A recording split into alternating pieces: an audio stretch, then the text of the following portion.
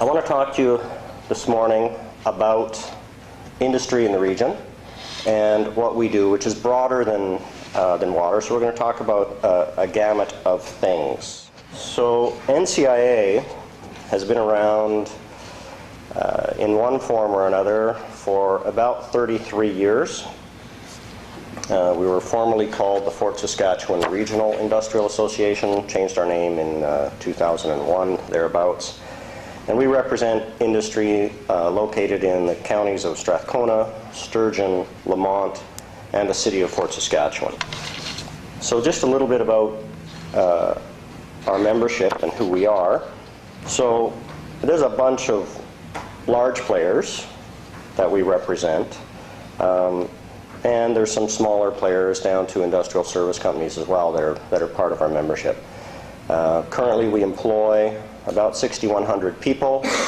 That includes long-term contractors. It does not include project construction staff. So if you take a mega project, for example, let's talk about the Northwest Redwater Partnership that is being constructed right now. That would add anywhere from 3,000 to 5,000 additional construction workers to a particular project. That's not included in that 6,100. Our members also spend just over $1 billion a year on goods and services within the region. And again, that doesn't include feedstocks. That number would be multiple billions of dollars if you included feedstocks. Right now we have about $25 billion worth of fixed assets on the ground. And with the developments that we're expecting in the region, we anticipate that to grow by something in the $18 to $24 billion range over the next 10 to 15 years. If Northwest Redwater Partnership, for example, completes all 3 phases of their project, that in and of itself would be in that $15 to $20 billion range. So this is the wall of shame, or the wall of fame, whichever you want to refer it. So this is who our membership is. I'm not going to read it to you. I hope that most of you are educated enough to read.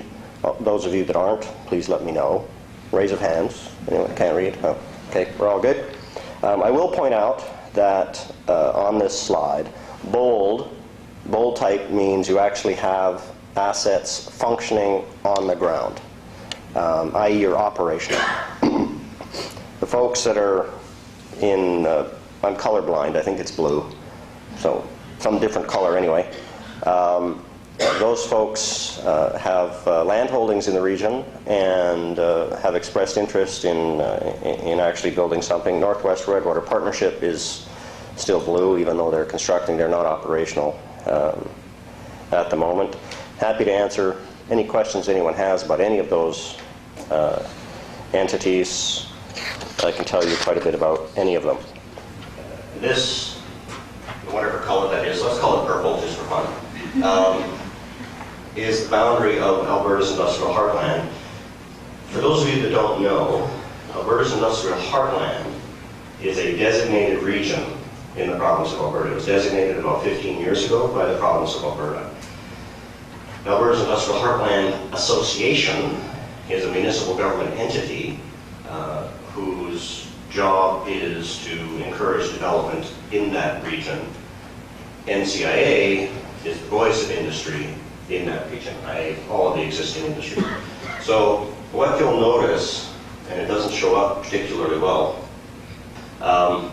there are regions that are this color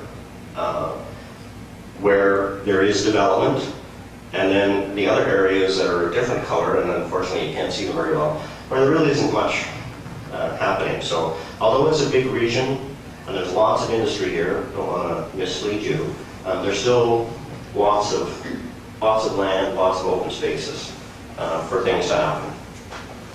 So what do we want to be when we grow up? We don't want to grow up, but we, like the NSWA, are focused on the environment, and we're focused on people, and we're focused on economics as well. So there's those 3 piers of a stool, those 3 tiers of a stool, and everyone knows that if your stool has 4 legs, it's going to be tippy. If it has 3, it's pretty stable because it defines a plane. Any mathematicians in the house? Sorry, that's the professor in me coming out. So we're very focused on making sure that our communities are aware about the things that we care about. And the things that we care about, because we live and work here as well, are all things environment.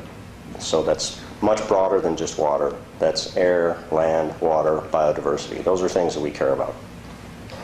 And one of the things that that leads to is people understanding that when you talk about industry, people don't talk about Shell or Dow or Sherritt or Agrium or any of the list of names on that wall that you saw. To the community, industry is industry. And so the importance of working together as an industry collective couldn't be more prevalent today than it's ever been in our history. Issues transcend any specific company. And as a collective, we have a fairly strong voice, certainly with the province of Alberta. We work very closely with the province of Alberta. We spend somewhere between, I say 8,000 person hours a year there. In fact, my tally so far this year is we've spent close to 10,000 person hours in the last 12 months working with the province of Alberta. So that's 5 full-time equivalents. Those people come from industry. I am the only, I was going to say, paid individual with NCIA, but is there anybody from NCIA here? I could get away with saying something. I'm actually a consultant with NCIA, but I'm the only person on the payroll, if you will. Everyone else that works for NCIA does so through what we call sweat equity. So we draw on the skills and expertise of our members to work with us on a bunch of files. And to the meat of my talk, that was the preamble. The next 47 slides are related to what we actually do in terms of regional effects management. We use the term regional effects management because the province uses the term cumulative effects management, and we think that cumulative effects management is too narrow of a definition. You really need to talk about what happens in a region, so we've coined perhaps a slightly different phrase.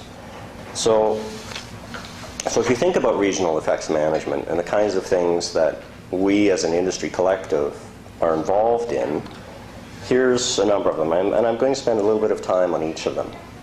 So with our partnership with Alberta Environment and Sustainable Resource Development, we've spent a fair bit of time developing frameworks for the capital region, and the capital region includes the industrial heartland. So even though the frameworks say capital region and the industrial heartland, it's kind of a weird thing, the industrial heartland is part of the capital region.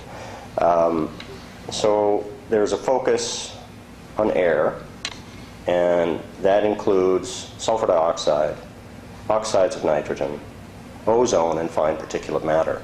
So if we think about that for a moment, one of the challenges we have right now today is fine particulate matter.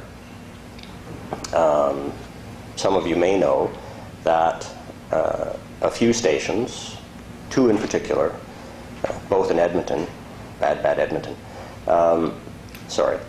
have triggered above the Canada-wide standards for fine particulate matter. So Edmonton East and Edmonton Central.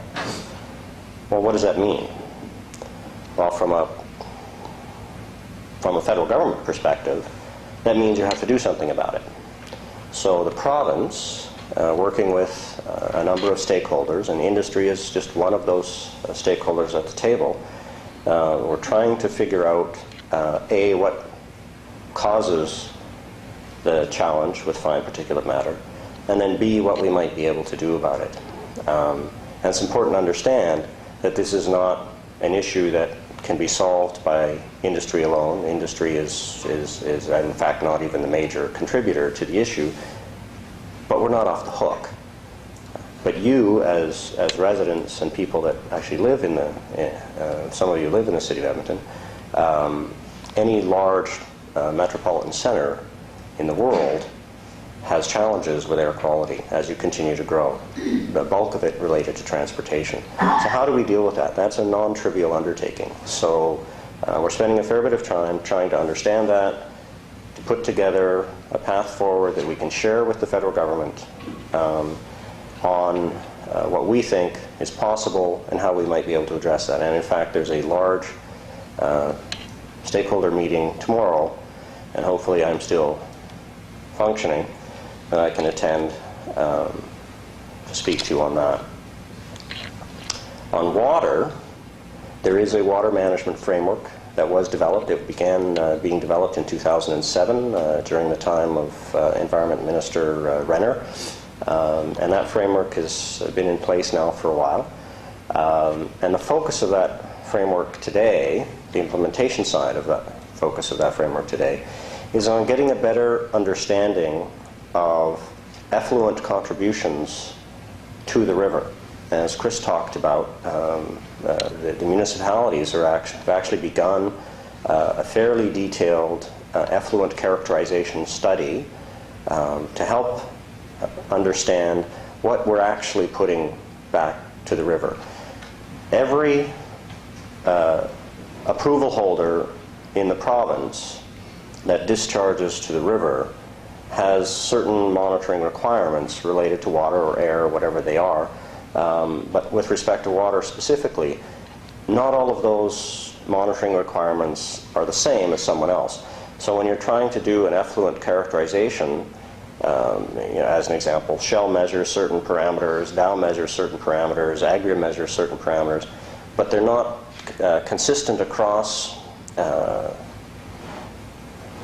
the chemistry that we need to understand, so that we can put them all in a database and say, okay, this is really what we know for sure is going into the river. So over the next couple of years, we're developing an effluent characterization study that all approval holders within the capital region, so that's all industry, that's all municipalities, so these are just regulated emissions into the river, will be required to do a suite of things that will allow us to use that information in various modeling studies to get a better handle of what's actually entering the river. So that's kind of important. So that's kind of the key focus on the water side today. On the land side, there's this whole discussion of biodiversity, and then we all know that the North Saskatchewan Regional Plan has now been kicked off. I'm still not sure when we'll hear about the RAC, but that process is closed now. So the RAC is the Regional Advisory Council for the North Saskatchewan Regional Plan. We expect that will happen soon, I would think. Andrew's nodding his head, so I take that as that he already knows the answer and just won't tell me. There is, for this region, we did develop an elemental sulfur framework. And the reason we put in place an elemental sulfur framework is we were overly optimistic that there would be a whole bunch of upgraders built in the region, living off the euphoria of 2007. With our rose-colored glasses, we were convinced that the world was going to be banging down our door to build a bunch of upgraders. I can tell you with a fair degree of certainty that the likelihood that there's a lot of upgraders built in this region will happen is pretty unlikely for a whole host of reasons. So Northwest is the first refinery, first new refinery to be built in Alberta in 50 years. Maybe not 50 years. It might be close to 50 years. So, and it's unlikely we'll see that many more in this part of the country. So, with a bunch of upgraders, you needed to manage sulfur in a way, and so there was a company that was going to do that. Unfortunately, that company's business model now no longer makes sense, so there were a few challenges with that. Anyway, we do have an elemental sulfur management framework if things ever changed and that were to come back. On ambient air quality, industry in the region has been partnering with Fortar Partnership.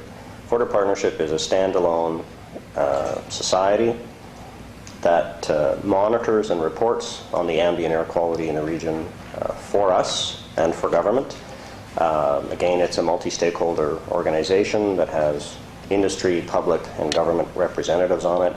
Extremely important to us. Air quality in the region is the first thing that people talk about and is very important to us. And so we spend a great deal of time and a great deal of money on making sure that is done well.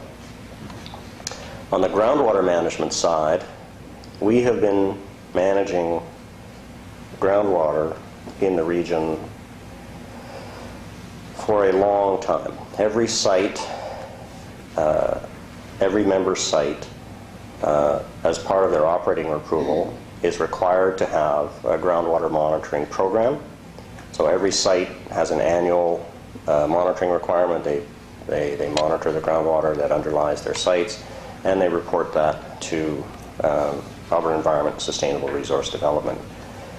Beyond that, we as an industrial group partnered with AESRD to protect the Beverly Channel. Who knows what the Beverly Channel is? Well, just perhaps from an illustrative perspective, the Beverly Channel is a glacial tract that was cut, I'm quite confident, quite before any of us were born, even if we added up all of our ages, mine included. And it's a very, very saline body of water, and it underlies the North Saskatchewan River. Typically, it's anywhere from 25 to 45 meters below grade in this region, the Beverly Channel. If the North Saskatchewan River is the width of this pen, the Beverly Channel is about that wide. So it's a fairly large, very slow moving, and by that I mean, a few meters a year kind of thing. It's not an underground river or anything of that nature. It's kind of it just sits there. But our commitment to the province was we wanted to protect the Beverly Channel from our operation. So nothing that our guys did would impact the water quality of the Beverly Channel. So we've drilled wells into the Beverly Channel, and we monitor those wells on an annual basis. And those reports are publicly available on our website. If you go to the library section of the NCIA website, you'll find all of that information. Free for the taking. And we've been doing that for a number of years.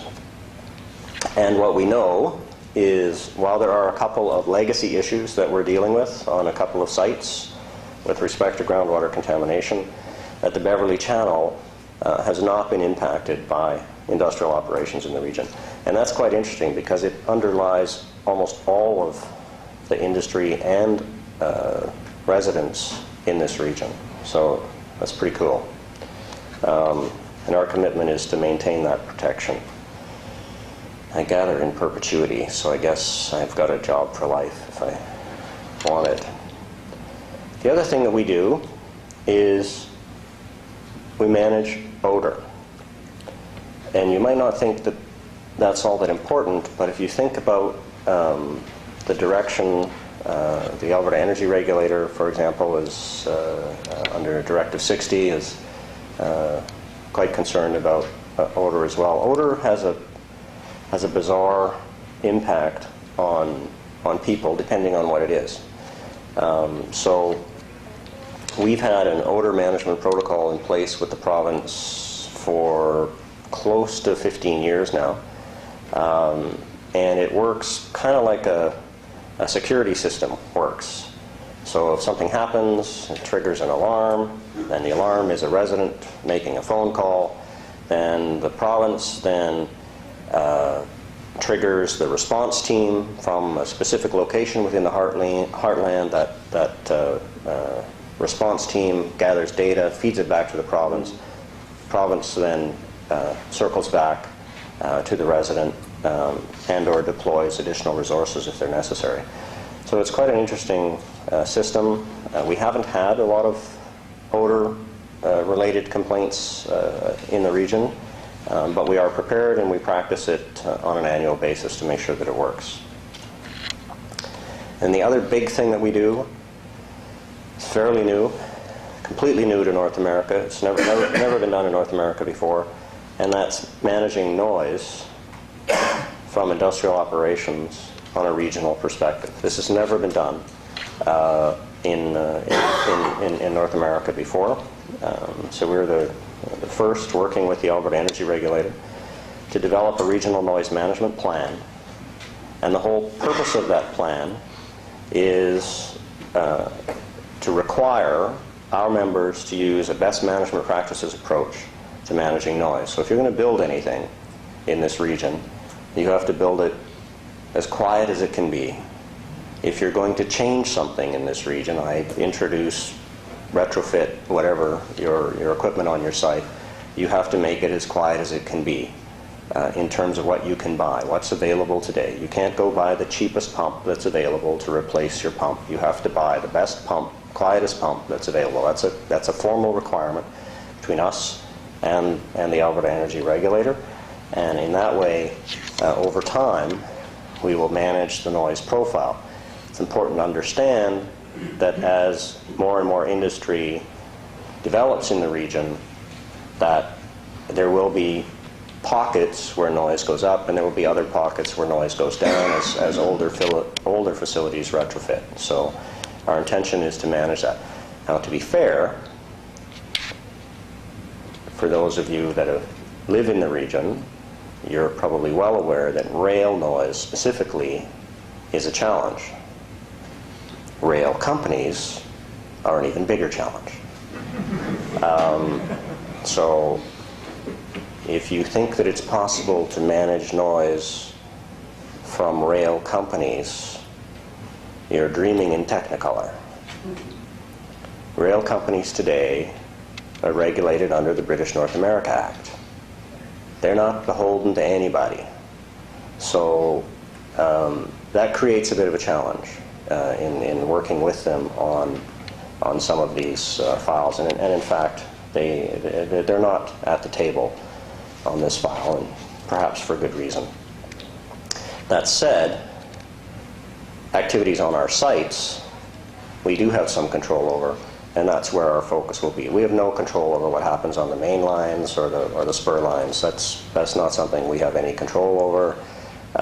Shunting, whistles, all that kind of stuff. So please stop calling me. There's not a damn thing I can do about it.